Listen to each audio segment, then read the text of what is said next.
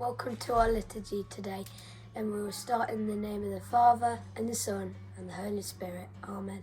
This week's theme is worship. Worship means to pray and serve God.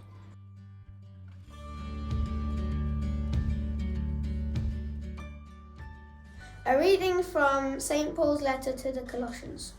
And to all these qualities add love, which binds all things together in perfect unity.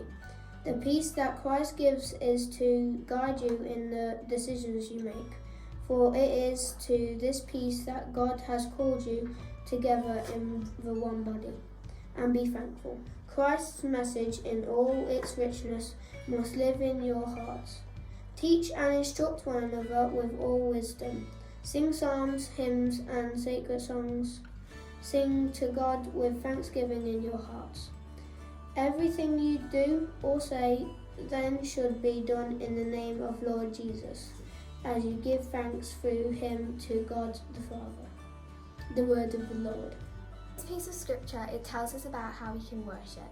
It tells us we can worship by singing, saying thanks to you prayers, and that we can share with Jesus whatever is going on in our lives. This means we should be thankful for all the joyful things in our lives, and that Jesus died for us.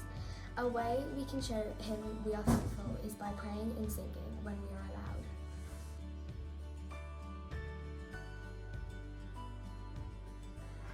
What does worship mean to you personally?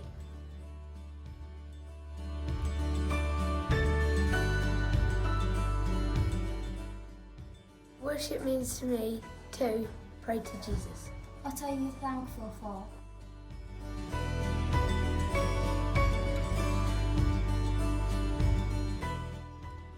I'm thankful for my friends.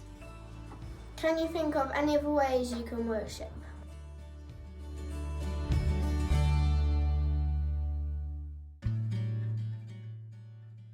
My answer is by helping others.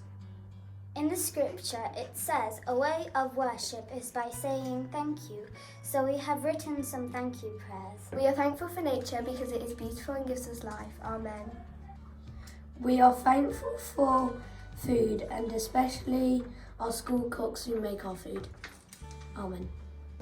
We're thankful for our friends and family because they help us when we need them. Amen. You can now write your own worship prayer in your RE book.